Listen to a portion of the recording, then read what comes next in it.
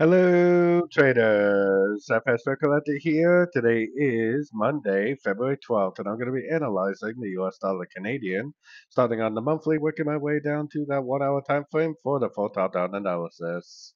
So on the US dollar CAD, I still think there's a very good likelihood this is a downtrend.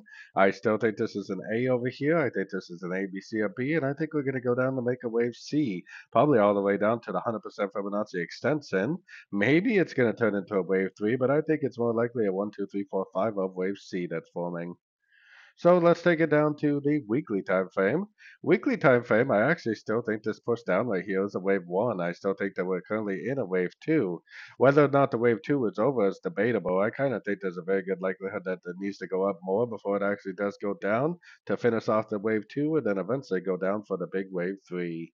So taking it down to the daily time frame, I'm still not really convinced that this is actually over. I still think this looks like pretty impulsive, like it's almost like an ABC. It's almost like it's making an ABC of W and then three waves down for an ABC of X, and then 1, 2, 3 waves up for an ABC of Y, and then that's what's going to cause this to continue the downtrend.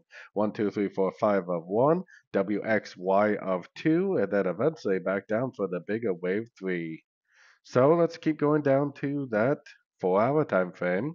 On the 4 hour time frame, it looks like we're forming an ABC crescent. I mean, to me, this looks like a trend. It looks like a wave B. It looks like there's a very good chance that this is going to keep on drifting up. I'm not really convinced that the move is over on the higher time frame, so I definitely would primarily still be looking for longs and an uptrend. Going down to the 1 hour time frame. 1 hour time frame, it looks like it's already ended a crescent right at the 61% fib level. I think there's a good chance that this is going to keep on drifting up. Today is Monday, so I wouldn't expect a whole lot out of it today.